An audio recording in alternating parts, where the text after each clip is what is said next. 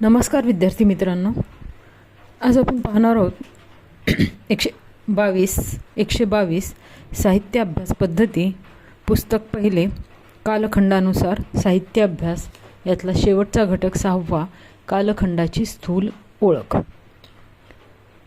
हा घटकाच्या अभ्यासानंतर आपल्याला वाङ्मयीन कालखंडाच्या आशयाचा परिचय सांगता येईल. प्राचीन कालखंडातील राजकीय सामाजिक घडामोडी व वाङ्मय निर्मिती यांच्यातील संबंधाची चर्चा करता येईल. शिवकाल व पेशवेकाल या कालखंडाच्या वातावरणाची माहिती नोंदवता येईल. आधुनिक कालखंडातील वाङ्मय निर्मितीला पूरक घटनांची चिकित्सा करता येईल. तसेच मराठी वाङ्मयाच्या कालखंडाची स्थूल ओळख लिहिता येईल. कालखंडाचा अभ्यास हे आपल्या मुख्य विवेचन सूत्र आहे. कालखंड हा वाङ्मय या ज्ञानशाखे संबंधित मानून आपण आत्तापर्यंत विचार केला आहे. विशिष्ट काळातील वाङ्मयीन घटना आणि संकल्पना येथे संभवते. वाङ्मयाच्या इतिहासात मांडणी, काळ आणि त्या काळातील घटित यांचा हा अभ्यास असतो. काळ ही सातत्य असणारी जाणीव आहे. त्याचे काही खंड मानून त्यातील जाणीवा, नेणिवा, कृती, उक्ती, संवेदना, नीती, कल्पना, सांस्कृतिक, सामाजिक घटिते यांचा विशिष्ट काळाशी अन्वय संबंध शोधण्याच्या कालखंड हा अभ्यास विषय अस्तित्वात आला आहे. प्राचीन, अर्वाचीन, समकालीन, भविष्यकालीन अशी काळाची मांडणी आपण करीत असतो. वाङ्मयीन घटितांच्या संदर्भाने ही काळाची मांडणी खंड, भाग यांची निश्चिती येथे करावायची आहे. 1, 2, 3 अशा संख्यात्मक विभागणी, पहिले, दुसरे, तिसरे ही अशी शतकांची संख्यात्मक विभागणी आपल्या परिचयाची आहे. इतिहास काळ आणि त्याआधी प्राकृत इतिहास काळ याच्या आधी आदित्य काळ म्हणजे माणूस सजीव म्हणून अवतरला तो आत्यंतिक उगम काळ. त्यासंबंधी ठोस असे पुरावेही असत नाहीत. विशिष्ट भूप्रदेश, तेथील माणूस, त्याचा समाज, त्यांची संस्कृती अशी वाटचाल संस्कृती इतिहास असते. टोळी, समूह, समाज, वर्ग, गट, व्यक्ती अशा वाटचाल, वंशाची निर्मिती वाटचाल, अंकर, नवसंकर, वंश किंवा शिकारी माणूस, कृषी माणूस, औद्योगिक माणूस, सायबर माणूस इत्यादी अशी वाटचाल आपण मानववंशाच्या संदर्भात कल्पितो. त्यातून मग काही कालखंड ठरवतो. त्याचप्रमाणे साहित्य निर्मिती, वाचक, वितरण, अर्थनिर्णयन, मूल्यनिर्णयन, निर्मिती, प्रेरणा, प्रवृत्ती आणि या साऱ्यांचा समाज व संस्कृती घटकांशी असलेला संबंध तपासतो. अशा तऱ्हेने विशिष्ट कालखंड कसे निश्चित केले गेले आहेत, कसे करता येतील याचा अभ्यास या कालखंडात आपण करणार आहोत. वाङ्मयाच्या कालखंडाची स्थूल ओळख या घटकात आपण करून घेत आहोत. वेगवेगळ्या अभ्यासकांनी कालखंड निश्चितीचे वेगवेगळे सूत्र स्वीकारलेले दिसते. रा. जोग यांची भूमिका. जोग यांचे वाङ्मय अभिरुचीवर विषयक चिंतन भाषण मराठी वाङ्मय अभिरुचीचे विहंगावलोकन या पुस्तकात केले आहे. वाङ्मयाच्या अभिरुचीची ही पाहणी करताना त्यांनी सर्वमान्य असे कालखंड स्वीकारलेले आहेत. प्राचीन कालखंड. पहिला कालखंड ज्ञानेश्वरवादी वारकरी संप्रदायातील संत कवी व महानुभाव संप्रदायातील संत पंडित कवी मुकुंदराजाच्या आद्य कवी असण्याच्या नसण्याच्या विचारही येथे केला आहे. आरंभ ते इसवी सन 1350 हा कालखंड त्यांनी स्वीकारला आहे. शुद्ध व केवळ वाङ्मय दृष्टीने या कालखंडात फारसे काही लिहिले गेले नाही असा शेराही त्यांनी मारला आहे. दुसरा कालखंड इसवी सन 1350 ते 1650 अथवा रामदास अखेर असा मानस आहे. त्या उपकालखंडात फारसे लक्षणीय वाङ्मय उपलब्ध नाही. ह्या कालखंडाच्या एकनाथ, दासोपंत, तुकाराम, रामदास, मुक्तेश्वर अशा मातब्बर संत महंत वाङ्मय सेवक यांचे वाङ्मय आहे. विविध पूर्णता, वैचित्य पूर्णता दर्शविणारा हा कालखंड ठरतो. तिसरा कालखंड पंडित कवी आणि शाहीर इसवी सन 1650 ते 1800 हा कालखंड आहे. सामराज, रघुनाथ पंडित, विठ्ठल नागेश, निरंजन माधव, मोरोपंत, कृष्णदयार्णव आणि श्रीधर इत्यादी पंडित कवींच्या पांडित्यपूर्ण, संस्कृती प्रचूर, असंकरण प्रधान, कृत्रिम कला, कारागिरीपूर्ण रचनांनी भारावलेला हा कालखंड ठरतो. या कालखंडातील दुसरी परंपरा शाहिरांची मानली आहे. शाहिरांच्या लावण्या, पोवाड्यांनी खऱ्याखुऱ्या मराठी काव्यांची प्रभात झाली आहे असे बा. कोल्हटकर यांचे मतही जोगनी उद्धृत केले आहे. शाहिरी काव्याच्या आसपासचे बखर गद्य ही याच काळात अवतरले आहे. शाहिरी वाङ्मय ऐहिक आणि आध्यात्मिक अशा दोन्ही प्रेरणांनी समृद्ध असल्याचे दिसते. अर्वाचीन चौथा कालखंड 1800 ते 1920. राजकीयदृष्ट्या वेगळ्याच परिस्थितीचा काळ ह्या कालखंडाच्या उत्तरार्धात वाङ्मयाकडे वाङ्मयीन या दृष्टीने पाहावयास आपण प्रथम प्रारंभ केला असे म्हणता येईल. 18व्या शतकाच्या अखेरच्या काळात आणि 19व्या शतकाच्या प्रारंभीच्या धामधुमीच्या काळात आपली वाङ्मयाच्या अभ्यासाने आपण नवनवीन वाङ्मय प्रकारांची ओळख करून घेतली. त्या आकाराने 1885 ते 90च्या आसपास आपल्या वाङ्मयात एक व्यापक क्रांती झाली. या क्रांतीच्या मुळाशी अभिरुचीविषयक क्रांती होती. ही क्रांती 20व्या शतकाच्या पहिल्या पदात म्हणजे इसवी सन 1920च्या सुमारास पूर्ण झाली. 1800 हा शतकारंभ म्हणून आणि 1818 हा इंग्रजी राजवटीचा प्रारंभ व पेशवाईची अखेर म्हणून त्यांचा स्वीकार होतो. 1920 हा काळ काव्याच्या दृष्टीने तर विशेषच निश्चित समकाल आहे. ह्यांच्या आगेमागे अर्वाचीन कवीपैकी बरेच कवी मृत्यूवश झाले. गद्य ललित वाङ्मयात आपल्या कादंबरी लेखनाने सुमारे 30-35 वर्ष अधिराज्य करणारे हरिभाऊ आपटे आणि आपल्या राजकीय लेखनाने व गीतारहस्य या खळबळ उडवून देणाऱ्या तत्त्वज्ञानपर ग्रंथाने वाङ्मयदृष्ट्या मान्यता पावलेले लोकमान्य टिळक हेही या सुमारासच आपले अवतार कार्य संपविते झाले. पहिले महायुद्धही 1918 च्या अखेरीस संपले. 1874 ते 1890 हा टप्पा सरकता म्हणून जोगांनी मानला आहे. अर्वाचीन मराठी गद्याचा प्रौढ काल 1874 साली निघालेल्या निबंधमालेपासून सुरू होतो. 1882 मध्ये मराठीतील प्रौढ स्वातंत्र्य व संपूर्ण अशा नाट्यरचनेला किर्लोस्करांच्या सौभद्रने झाला. हरिभाऊ आपटे यांनी नवीन वास्तववादी कादंबरीला 1885 मध्ये आजकालच्या गोष्टीने प्रारंभ केला. अर्वाचीन मराठी कवितेला केशवसुतांनी नवीन वळण दिले. 1857 साली मुंबई विद्यापीठाची स्थापना झाली. संस्कृत विदग्ध वाङ्मयाची भाषांतरे, इंग्रजी वाङ्मयाचा परिचय व वाङ्मयाचा प्रसार, मुद्रणालये, नियतकालिके या मुद्द्यांचाही परामर्श घेतला आहे. कला विभागणी राजा दीक्षित यांची भूमिका. इतिहास वाङ्मया इतिहास आणि सामाजिक संदर्भ या निबंधात रूढ कालखंड कला विभागणीबद्दल नाराजी प्रकट केली आहे. ते म्हणतात, सर्वसाधारण इतिहासाची प्राचीन, मध्ययुगीन आणि आधुनिक अशी विभागणी आणि तिच्या अनुषंगाने भारतीय इतिहासाची हिंदू, मुस्लिम व ब्रिटिश कालखंड अशी विभागणी करण्यामागे इतिहासकारांचा साम्राज्यवादी अहंगंड व प्रभुत्वकांक्षी व्यूहरचना होती. कला विभागणीचे निकष इंग्रज साहित्यकारांचे आहेत, तेव्हा ते त्यांनी त्यांच्या आधिसत्तेच्या दृष्टीने मांडलेले आहेत. समाजात प्रभुत्व असणारा उच्चवर्ग वर्ण हे उरलेल्यांवर आपली अधिसत्ता लादत असतात.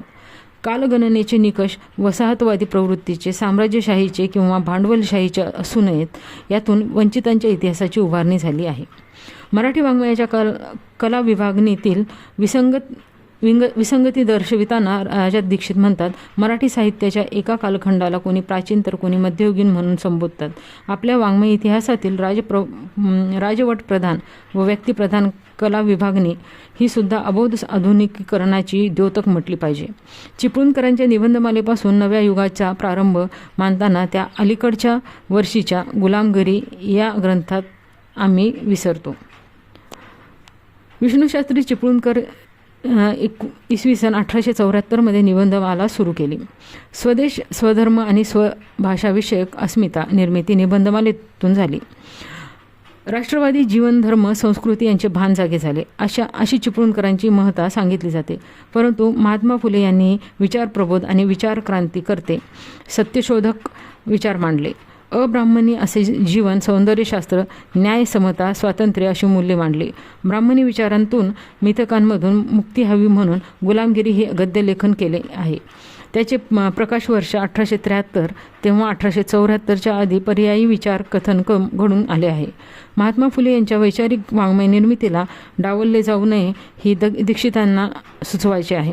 त्यांनी कला विभागणीचे नवे निकष सांगितले आहेत. उदाहरणार्थ, भाषा व साहित्याचा उदयकाळ, मराठी साहित्य संस्कृतीचे चैतन्य गुण, पंडिती व लौकिक साहित्याचा मध्यकाळ, वाङ्मयीन नवसंस्कृतीचा प्रबोधन काळ, आधुनिक मराठी वाङ्मयाचे युग, बहुव्यापी जाणीव जागृतींचे विस्तार युग.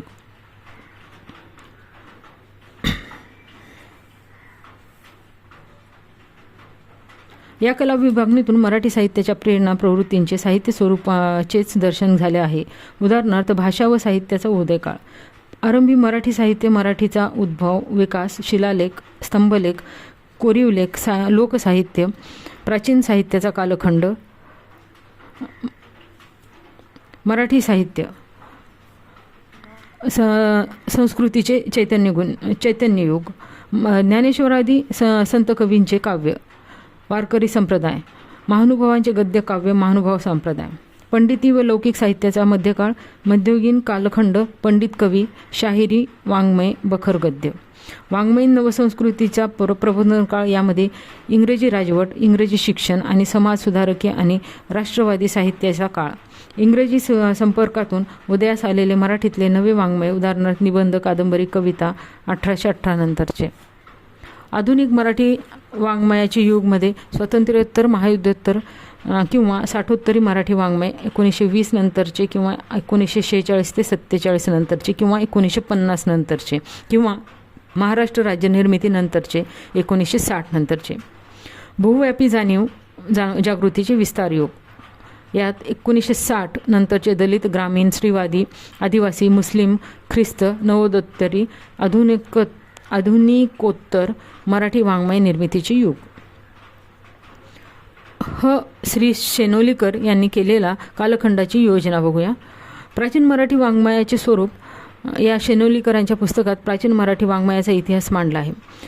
प्रवृत्ती, प्रेरणा व काळातील साहित्याचा आशय त्यांनी सांगितलेला आहे. प्राचीन मराठी वाङ्मयाचे स्वरूप दर्शन त्यांना घडवायचे आहे. प्राचीन मराठी वाङ्मयाला त्यांनी आंग्लपूर्व कालातील मराठी वाङ्मय असेही संबोधले आहे. मराठी भाषेच्या आणि वाङ्मयाच्या आरंभ काळापासून ते पेशवाई संपवण्यापर्यंतचा काळ प्राचीन असा संबोधला जातो. या वाङ्मयाला मध्ययुगीन मराठी वाङ्मय असेही संबोधले आहे. इंग्रजी अंमल सुरू होण्यापासून आजवरचा कालखंड अर्वाचीन संबोधले जाणे म्हणूनच आवश्यक ठरते.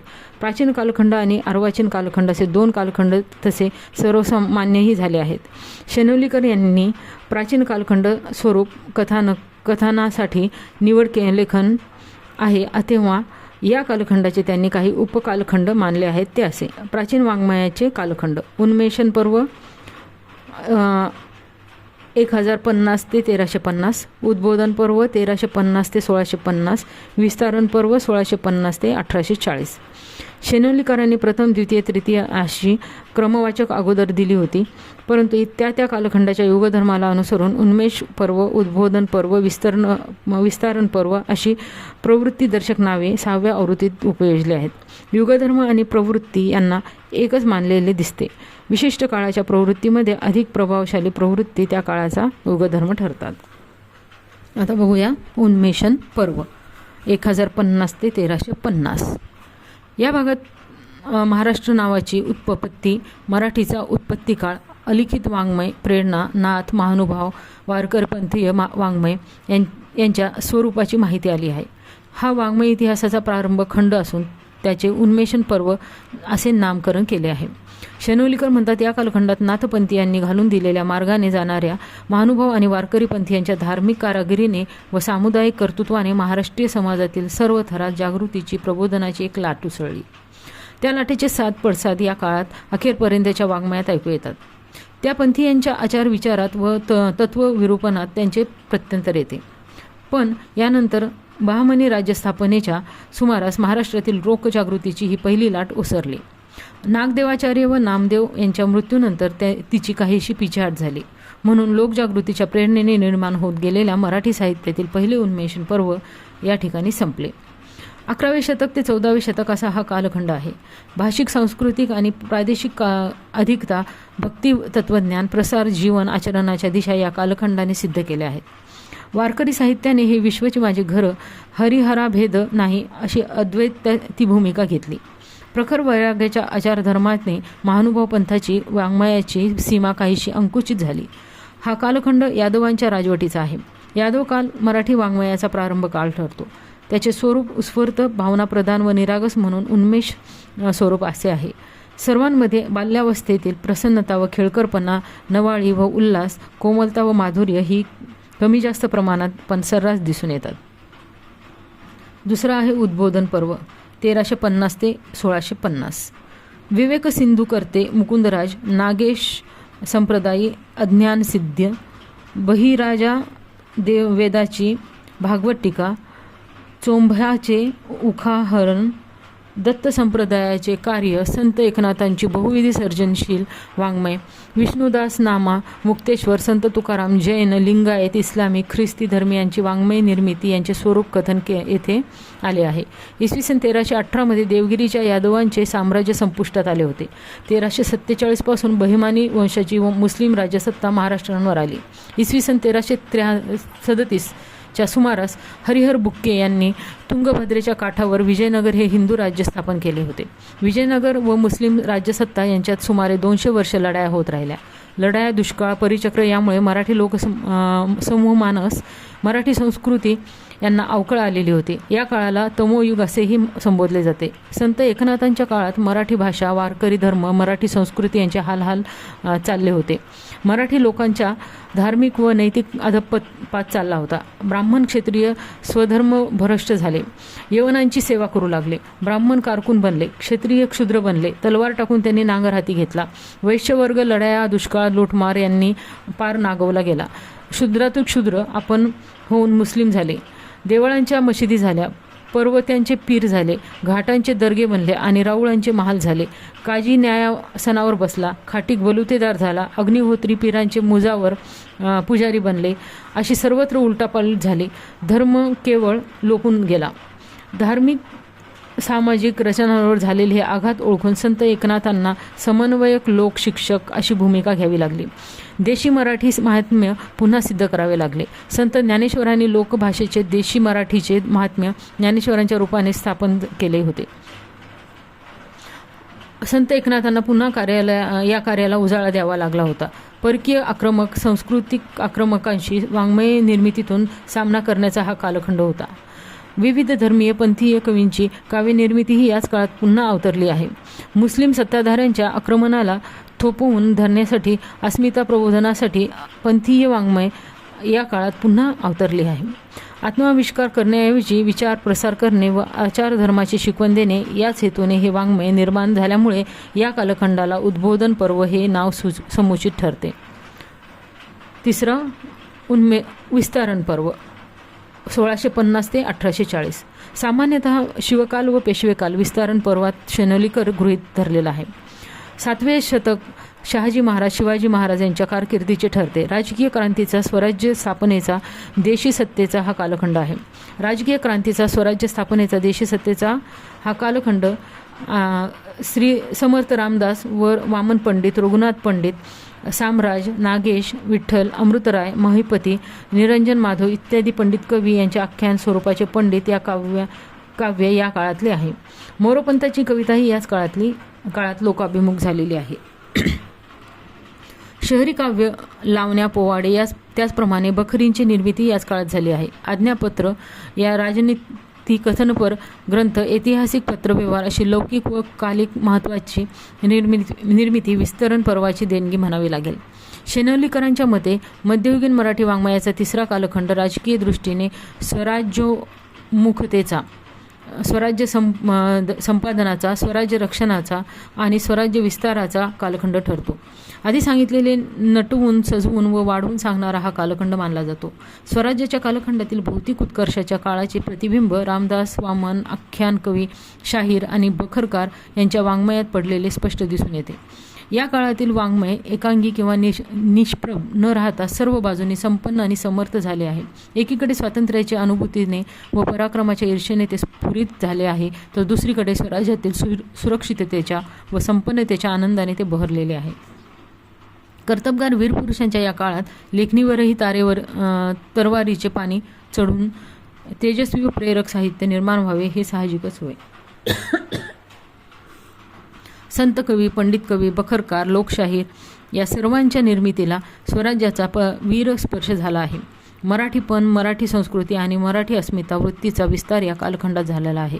स्वराज्य ही सर्वंकष क्रांतीची घटना, आचार विचार निर्मिती यांच्या बहुविध विस्ताराची ठरली. अटकेपार झेंडे पोहोचले. तसेच इसवी सन 1818 मध्ये पेशवाईचा शेवटही याच काळाने पाहिला.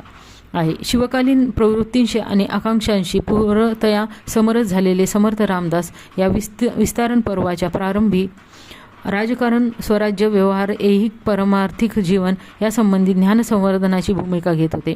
बखर वाङ्मयातूनही वीरवृत्तीची स्मरण बांधणी झाली. पोवाड्यातून शिवकालीन वीरवारसाचा निनाद गर्जत राहिला.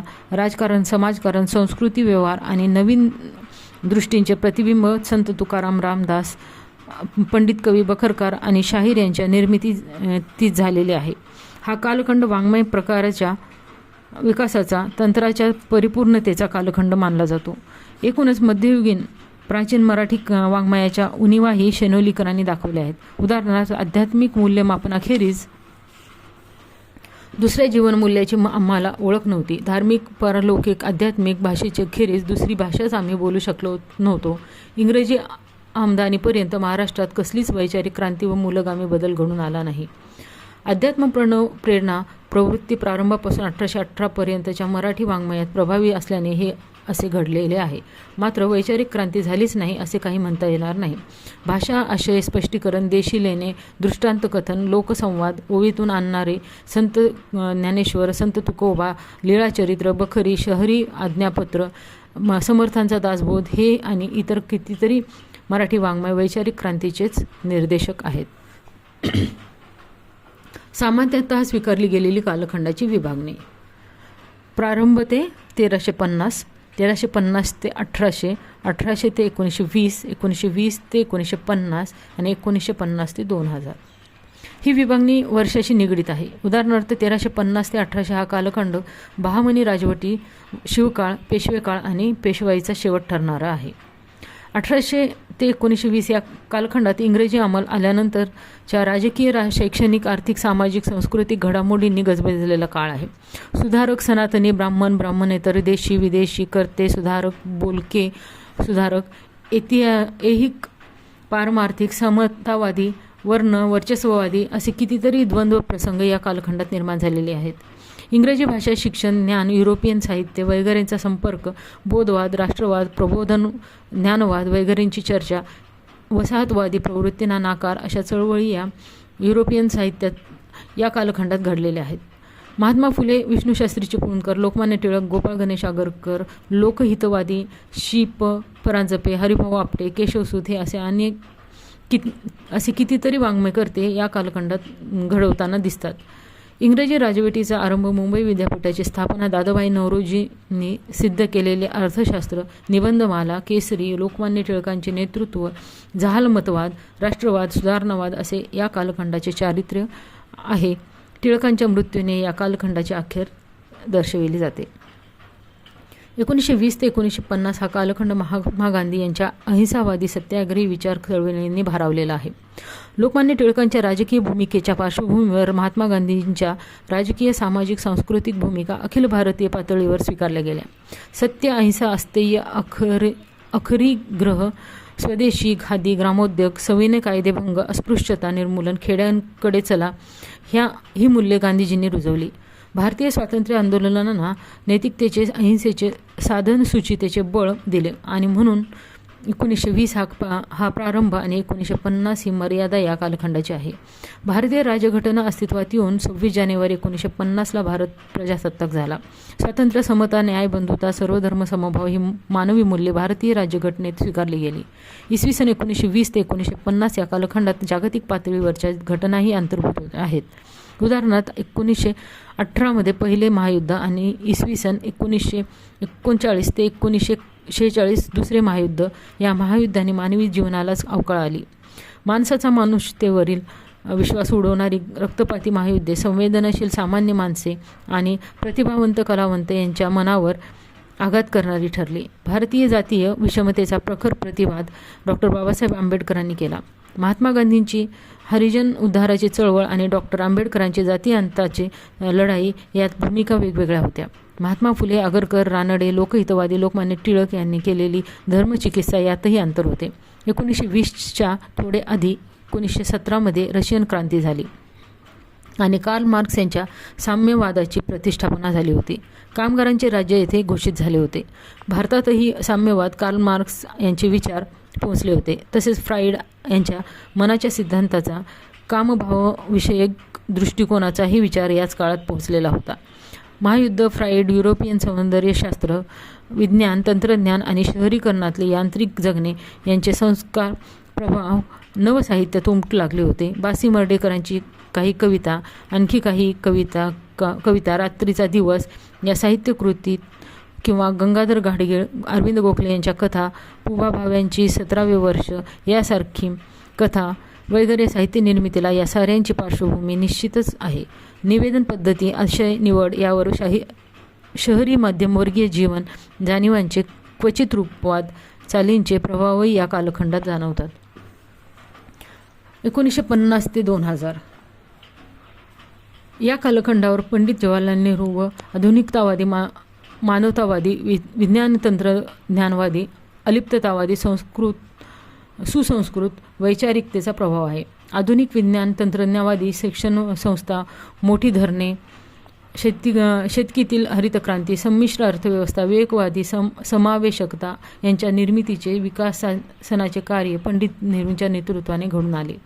1956 साली डॉक्टर बाबासाहेब आंबेडकरांनी आपल्या लाखो अनुयायांसह बौद्ध धर्माचा स्वीकार केला. जाती वर्णव्यवस्थेला नकार देणारा इहेवादी विवेक, शिका, संघटित व्हा, संघर्ष करा, तुझा दिवा तूच हो, स्वातंत्र्य, समता, बंधुता ही डॉक्टर आंबेडकरांची विचारसूत्रे समाजाच्या तळागाळातल्या माणसांपर्यंत पोहोचली आहे. परिणामतः दलित साहित्याची चळवळ आली. वाङ्मयीन आशय, समीक्षादृष्टी आणि जीवनसारणी, संस्कृती या सर्वांना हादरे दिले गेले. 1970च्या दशकात ग्रामीण साहित्याची चळवळ रुजली. शिक्षणाचे विस्तारीकरणही याच काळात घडून आले. हरित क्रांती, शाळा, महाविद्यालय, यशवंतराव चव्हाण नेतृत्व यांचेही प्रभाव मराठी वाङ्मयावर झाले आहे. ग्रामीण साहित्य चळवळीने महात्मा फुले, डॉक्टर आंबेडकर यांच्या विचारात प्रेरणा शोध घेतला. 1980च्या दशकातच शरद जोशींनी शेतकरी संघटनेची निर्मिती करून शेतीतले प्रश्न, बाजारभावांचे प्रश्न, हवे आहे घामाचे दाम, उत्पादन खर्चावर आधारित शेतमालाचे मोल असे वातावरण गाजबजले. ग्रामीण साहित्याची चळवळ फोफावली.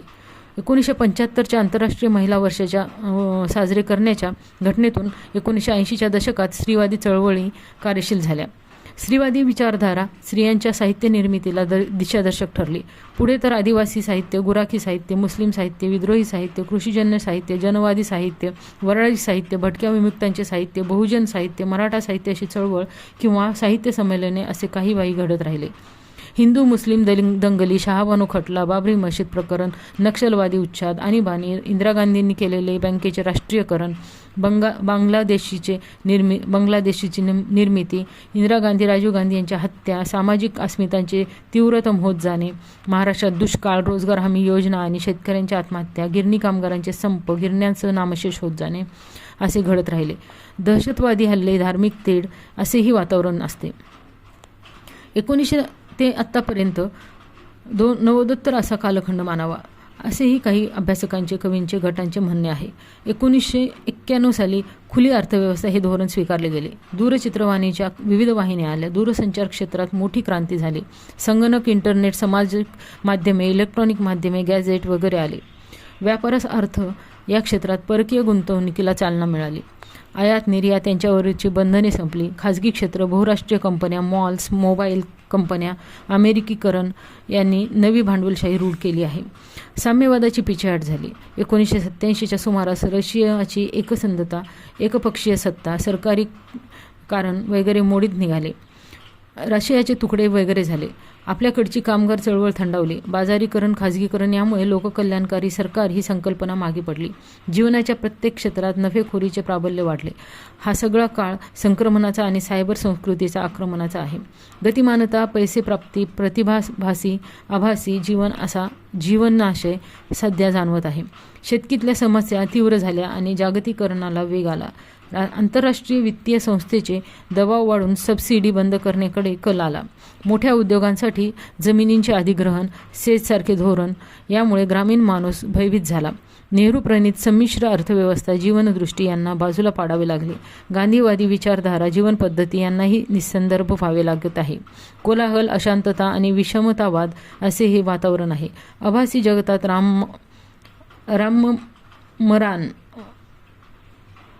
होण्याच्या वृत्तीमुळे आपल्या संवेदनांचे क्षयग्रस्त होणे या काळातल्या कवींच्या लक्षात आले. कथा, कादंबऱ्या, नाटके व साहित्य प्रकारांची क्षीण का होईना जागतिकीकरणातून येणाऱ्या जाणीवांचा प्रतिकार सुरू केला होता. उपयोजित कलांना, इंटरनेट संवादांना महत्त्व आल्याचे दिसते आहे. जग हे एक खेडे झाले आहे वगैरे उद्घोषणांनी, खाजगीकरणाच्या नफेखोरींनी गोंधळ वाढतो आहे. प्रत्येक गोष्टीत मूल्यवृद्धी महत्त्वाची ठरण्याचा अर्थनिर्मितीचा वसा घ्यावा लागत आहे. सेवा ही विक्रेय वस्तू ठरली जात आहे. या सगळ्या आर्थिक, सांस्कृतिक, सामाजिक घटकांचे चित्कार मराठी साहित्यात उमटत आहेत. दलित साहित्यानंतरची नवोदित साहित्य ही संवेदनात तीव्र धार आणणारी सांस्कृतिक उलथापालथीची घटना ठरत आहे. प्राचीन कालखंडाची ओळख. महाराष्ट्र साहित्य परिषदेने वाङ्मय इतिहासाची खंड निश्चित केलेले आहेत.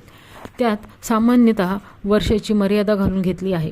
विशिष्ट वर्षाला महत्त्व देताना किंवा खंड पडताना त्या विशिष्ट वर्षी महत्त्वाची सांस्कृतिक, राजकीय, सामाजिक किंवा प्रत्यक्ष वाङ्मयीन घटना घडलेली असते. उदाहरणार्थ, मराठी वाङ्मयाचा इतिहासाचा खंड पाहिला. या खंडात प्रास्ताविकात गो तुळपुळे म्हणतात, प्रस्तुत ग्रंथ मराठी वाङ्मयाच्या इतिहासाचा पहिला खंड आहे. त्याचा प्रारंभ नेमका केव्हा होतो हे सांगणे कठीण असले तरी त्याची अखेर संत नामदेवाच्या मृत्यूने म्हणजेच इसवी सन 1350 होते असे म्हणता येते. मराठी भाषेच्या या वाङ्मयाच्या या आद्य कालखंडातील बहुतेक सर्व ग्रंथनिर्मिती ज्या देवगिरीकर यादवांच्या राजवटीत झाली, ती राजवट शेवटचा यादव नृप शंकरदेव यांचा मेहुणा हरपाल याच्या मृत्यूने इसवी सन 1318 संपुष्टात आली व त्यानंतर काही वर्षांनी संत नामदेवाचे निधन झाले. अशा रीतीने महाराष्ट्रातील राजवट व त्या काळातील एक श्रेष्ठ प्रतिनिधिक संत कवी या दोन्हींची अखेर स्थूलमानाने एकाच वेळी झालेली असल्याने 14व्या शतकाच्या मध्य ही प्रस्तुत कालखंडाची दुसरी सीमा मानण्यात येते. याला आणखी एक कारण आहे, ते म्हणजे नामदेवांच्या निधनानंतर मराठी ग्रंथकारांना लागलेली 2-2.5 वर्षांची गाढ निद्रा. इसवी सन 1350 ही सीमा ठरवताना संत नामदेवांचा मृत्यू आणि यादवांच्या राजवटींच्या अखेर या दोन घटना कळीच्या मानल्या आहेत. राजकीय सत्ता आणि वाङ्मय निर्मिती संबंधीची घटना मिळून सांस्कृतिक घटनेच्या आधारे इसवी सन 1350 ही सीमा निश्चित केलेली दिसते. आरंभी ते 1350 या कालखंडात नामकरणाबद्दल तुळपुळेंची स्वतंत्र भूमिका आहे. पांगरकरांनी त्याला ज्ञानेश्वर नामदेवांचा काल म्हटले आहे, तर प्रस्तुत लेखकाने त्याला यादव काल या नावाने संबोधले आहे. कोणी त्याचा उल्लेख मराठी वाङ्मयाचे सुवर्णयुग असा करतात, तर कोणी त्याला नुसतेच आद्य कालखंड म्हणतात. सुवर्णयुग म्हणण्यात केवळ गौरव आहे आणि आद्य म्हणण्यात केवळ गणना आहे. ज्यांच्या राजवटीत या कालखंडातील वाङ्मय निर्माण झाले त्या देवगिरीकर यादवांचे नाव त्याला देणे अधिक योग्य वाटते. लीळाचरित्र हा मराठीतील आद्य ग्रंथ इसवी सन 1278 सुमारास निर्माण झाला व तेव्हा रामचंद्रदेव यादवांची राजवट होती हे त्यांच्या अनेक कोरीव लेखावरून स्पष्ट होते. देवगिरीच्या यादव नृपांच्या मराठी साहित्याकडील ओढा तरी दिसून येतोच. प्रत्यक्ष लीळाचरित्रात यादव राजांच्या अनेक निर्देश असून त्यांचा मराठी वाङ्मयाशी संबंध नसला तरी तात्कालीन राजकीय परिस्थितीची थोडीफार कल्पना त्यावरून येऊ शकते. त्या काळात नेवासे, पैठण, रिदापूर व पंढरपूर ही ग्रंथनिर्मितीची 4 प्रमुख केंद्रे होती व ती सर्व देवगिरीकर यादवांच्या राज्यात मोडतात. मराठीसाठी ज्याने मोडी लिपी शोधून काढली असे म्हणतात तो हेमाद्री पंडित यादव राजांचा कर्णाधिपती होता व त्याची संस्कृती विचारात घेता त्याचाही पाठिंबा मराठी ग्रंथनिर्मितीला असावा असे वाटते. म्हणून मराठी वाङ्मयाचा हा पहिला कालखंड कोणत्याच ग्रंथकाराच्या नावाने न ओळखता तो ज्यांचा मराठी संस्कृतीशी निकटचा संबंध आला त्या यादव नृपांच्या नावाने ओळखणे अधिक युक्त होईल. राजकीय सत्ता, प्रशासन, नियमन, वातावरण यांचे प्रभाव प्रत्यक्ष किंवा अप्रत्यक्षपणे साहित्य, कला, संस्कृती, समाजजीवन, व्यक्तिजीवन यांच्यावर घडत असतात. महानुभावांचे वाङ्मय आणि वारकरी संप्रदायाचे वाङ्मय निर्मितीचे केंद्र यांच्याशी यादव राजांचा अप्रत्यक्ष संबंध आहे. यादव काळ असे नामकरण करण्यामागे ही तुळपुळे यांची भूमिका उचित वाटते. संत नामदेवाच्या मृत्यूने त्यांनी कालखंडाची एक सीमाही ठरवली आहे. देवगिरीच्या यादवांच्या राज्यकाळातील वातावरणासंबंधित रा. नसिराबादकर यांनी निरीक्षण नोंदवले आहे. सर्वत्र अत्यंतिक धर्मश्रद्धेचे वातावरण होते. यज्ञयाग आणि असंख्य सामान्य व क्षुद्र देवतांची उपासना समाजात बोकाळली होती. या काळातील लोकांचा वेळ व्रतवैकल्यात कसा जात होता हे सिद्ध करण्यास हेमाड पंडितांचा चतुर्वर्ग चिंतामणी हा ग्रंथ म्हणजे चांगला पुरावा आहे.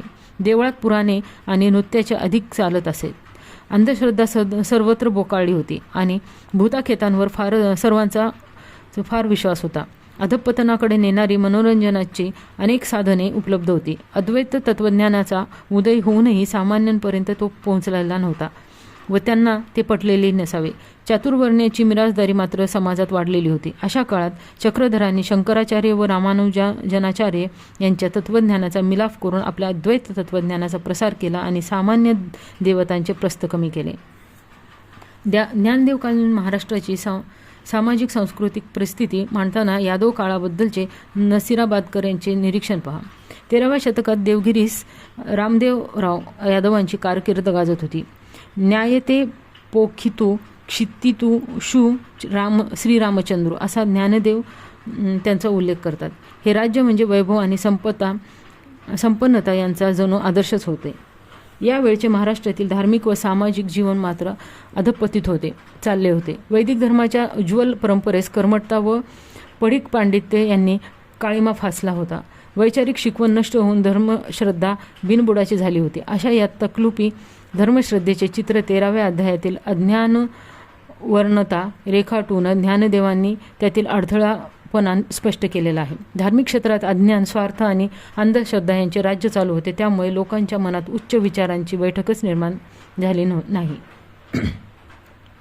यादव काळात भौतिक संपन्नता असूनही लौकिक पारमार्थिक जीवन रसतळाला चालले होते. भेदभाव, विषमता, अज्ञान, कर्मकांड यांना महत्त्व आले होते. समाजाचे आत्मिक उन्नयन व्हावे, खरे ज्ञान जीवनार्थ सामान्य लोकांपर्यंत पोहोचावे म्हणून लोकभाषेतून ज्ञानेश्वरी आणि महानुभव वाङ्मय अस्तित्वात आले आहे. वारकरी संप्रदायाच्या पायाची रचना अद्वैती सुलभ भक्ती तत्त्वज्ञानपर झालेली आहे. ज्ञानेश्वरी देशी भाषा, देशी छंद, ओवी, अभंग यांचा आश्रय केला. महानुभावांनी आस्मात कस्मात पेक्षा सरळ सोप्या लोकभाषेतूनच अभिव्यक्ती साधली आहे. यादवकालीन मराठी वाङ्मयाच्या प्रेरणा धर्मभक्तीपर म्हणजे आध्यात्मिक आहेत. आत्मविष्कार, सौंदर्य निर्मिती वगैरे खास वाङ्मयीन प्रेरणा येथे सबळ नाहीत. संत ज्ञानेश्वर मात्र नवरसांचे सागर, ऐसी अक्षरे रसिके, अतिंद्रिय भोगविना अशी भाषा करतात. दृष्टांत, उपमा वगैरेंनी ज्ञानेश्वरीतील अद्वैत तत्त्वज्ञान काव्यात्म आणि भावस्वरूप सौंदर्य निर्मिती साधते. संत ज्ञानेश्वर, मुक्ताबाई, निवृत्तीनाथ, संत नामदेव, संत जनाबाई किंवा नामदेवांनी, संत मेळ्यातील संत कवी या साऱ्यांनी भक्ती तत्त्वज्ञानाला देशी छंदामधून जनसामान्यापर्यंत पोहोचते केले. प्रारंभ ते 1350 हा कालखंड पंथीय प्रेरणांना पूरक असाच दिसतो. समाज शिक्षण, समाज प्रबोधन या धारणा या कालखंडात प्रबळ आहेत. वारकरी संत परंपरेत विविध 18 पगड बहुजनांचे संत कवी आहेत. वारकरी संप्रदाय, महानुभाव संप्रदाय यांच्या बरोबरच यादव काळात नाथ संप्रदाय, दत्त संप्रदाय, शैव, वैष्णव हे संप्रदायही आपापलेच तत्त्वज्ञान, आचारधर्म यासह वावरत असे. श्री निवृत्तीनाथांना गहिनीनाथांनी अनुग्रह दिला होता. मत्स्येंद्रनाथांनी नाथ संप्रदायाची स्थापना केली होती. गोरक्षनाथांचा काळ 11वे-12वे शतक हा मानला जातो. गोरक्षनाथांनी नाथ संप्रदायाचा प्रसार केला. वारकरी आणि महानुभाव या संप्रदायाच्या उगमस्थानी नाथ संप्रदाय असल्याचेही सांगितले जाते. लीळाचरित्र हा मराठीचा आद्य ग्रंथ असल्याचे श. गो. तुळपुळे यांचे प्रतिपादन आहे.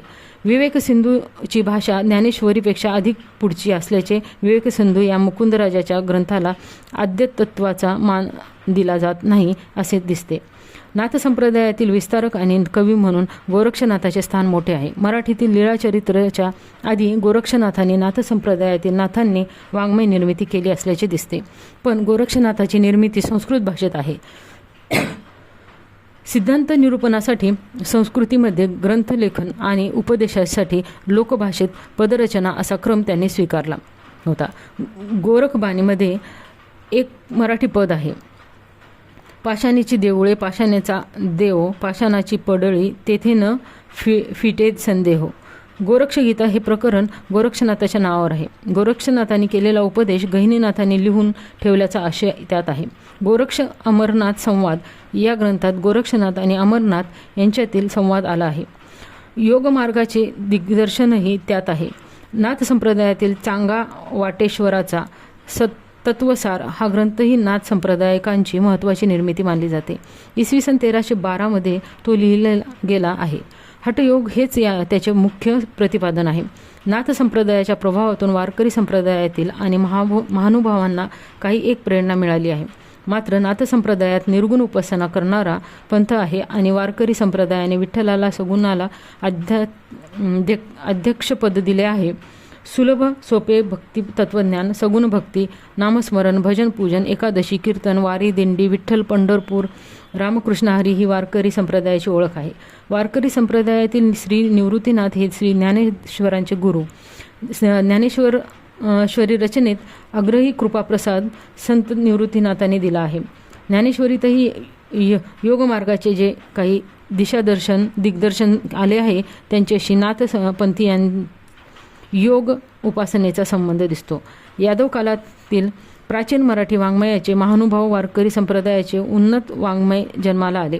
परंतु आधीचे प्रारंभीचे काय असा प्रश्न पडतो. मराठी वाङ्मयाचे आरंभीचे स्वरूप उपलब्ध नाही. ग्रांथिक मराठी आरंभ म्हणून लीळाचरित्र हा ग्रंथ आहे. शिलालेख, ताम्रपट अशा कोरीव लेखांच्या आधारे मराठीचे प्राचीन अस्तित्व सिद्ध केले जाते. 10व्या शतकात मराठी ही बोलीभाषेच्या स्वरूपात असावी. 11व्या शतकात तिचे शब्दभांडार वाढले. 12व्या शतकात काही एक ग्रंथ स्वरूप अस्तित्वात आले असावे. मात्र उपलब्ध वाङ्मय म्हणून लीळाचरित्र आद्य ठरविले गेले आहे. इसवी सन 680च्या ताम्रपटावरून केवळ काही शब्द स्वरूपांची माहिती मिळते. ही पुढची 500 वर्ष ग्रंथात मराठी उपलब्ध नाही. लोकवाङ्मय लोकबोली म्हणून तिचे काही एक अस्तित्व मान्य करावे लागेल. भाषेत एकदम प्रगल्भ वाङ्मय लगेचच अस्तित्वात येत नाही. या काळातील लोकवाङ्मय परिवर्तनशील असते. दर एक पिढी आपले काही एक सांस्कृतिक तत्व सामूहिकरित्या लोकवाङ्मयात असेल असे गृहीत धरावे लागते. प्रारंभ ते 1350 हा कालखंड वारकरी आणि महानुभाव संप्रदायाच्या वाङ्मयाने धर्मप्रेरणा लोकनीती शिक्षण केले आहे. वारकरी संप्रदायाने आध्यात्मिक लोकशाही निर्माण केल्याचे मानले जाते. 1350 नंतरचा जवळपास 250 ते 300 वर्षाचा काळ उच्च दर्जाच्या वाङ्मय निर्मितीच्या दृष्टीने उणावलेला आहे. यादवांच्या मराठी साम्राज्याचा शेवट ही आघात करणारी घटना आहे. पारतंत्र्य हेच दोषकारक ठरले. एकनाथांच्या काळात मुसलमानी आक्रमणामुळे सामाजिक, सांस्कृतिक व राजकीय अराजकच निर्माण झालेले होते.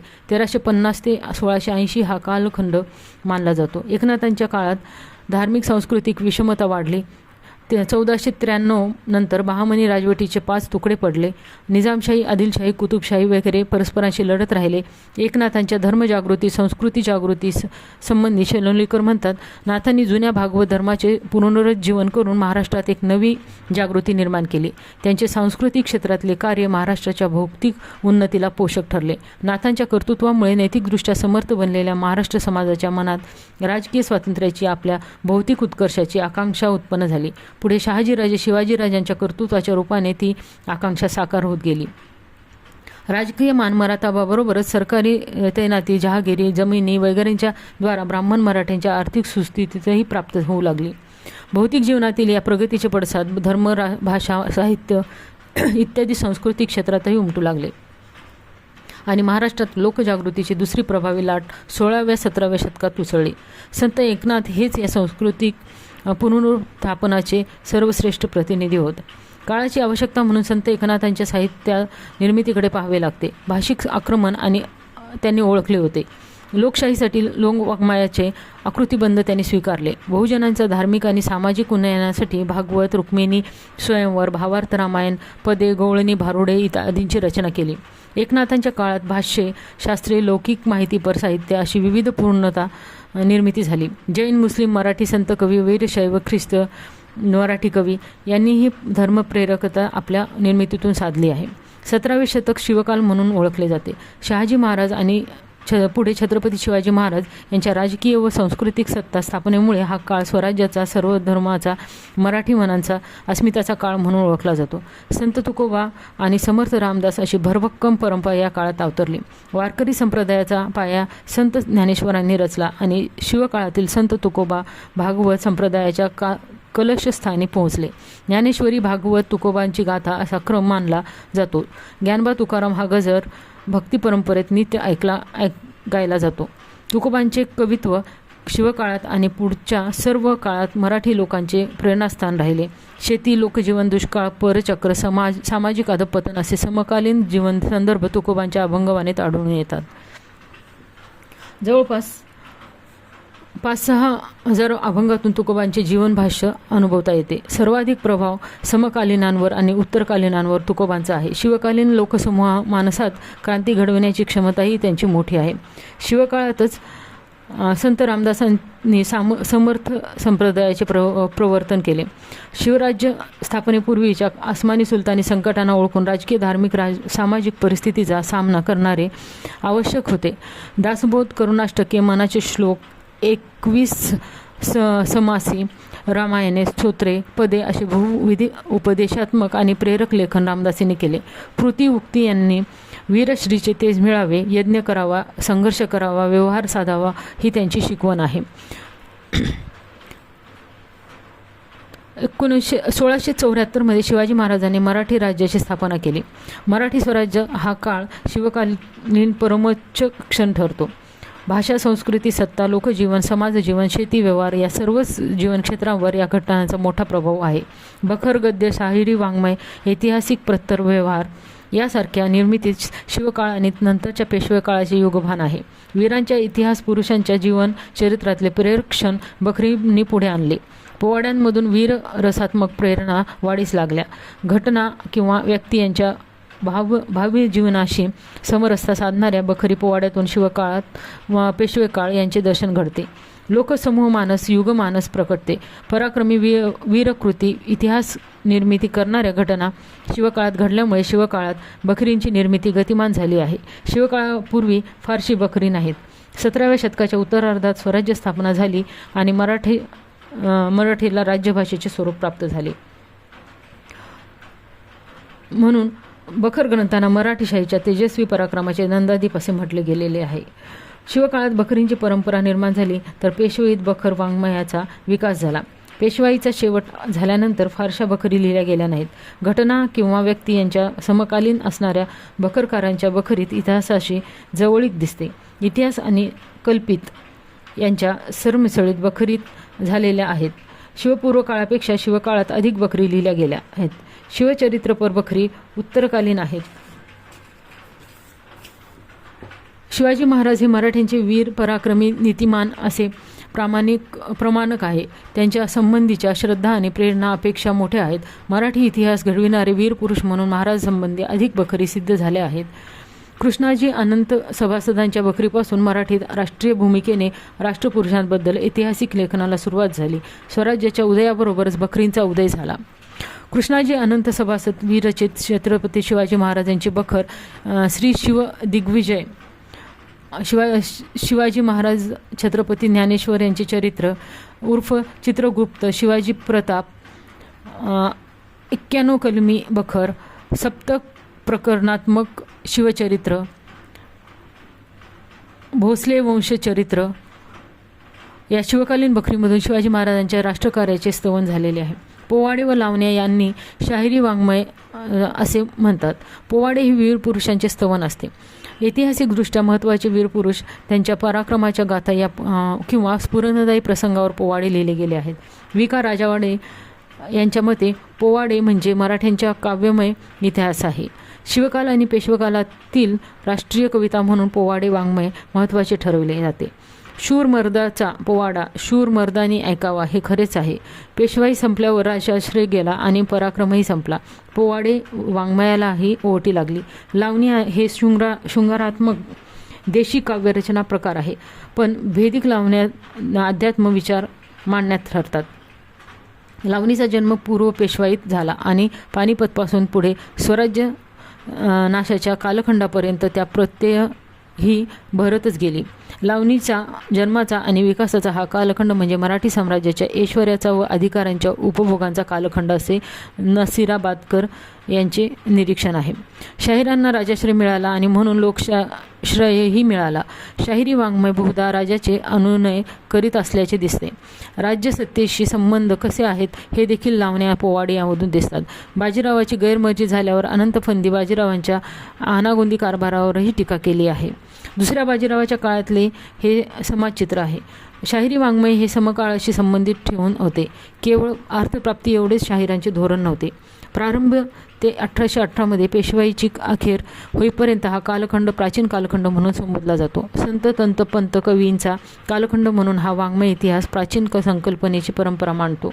संत कवी म्हणजे वारकरी संप्रदायातील कवी, महानुभाव पंथातील गद्य पद्य लेखक. इतर संप्रदायातील कवी ही संत कवीच्या परंपरेत सामावून घेता येतील. पंत म्हणजे पंडित कवी किंवा कला किंवा यांनी आख्यान काव्य रचली आणि आख्यान अलंकृत करून सजवून सांगितली. पांडित्य दर्शन करून संस्कृत काव्याचे अनुकरण सादर केले. तंत म्हणजे शाहीर होत. शाहिरांनी लावण्या पोवाडे हे खास देशी रचना प्रकार अंगीकारले. तंत या शब्दाचा अनुबंध तंतुवाद्याशी आहे. तुंतुणे हे लोकवाद्य शाहिरांच्या सादरीकरणात असते.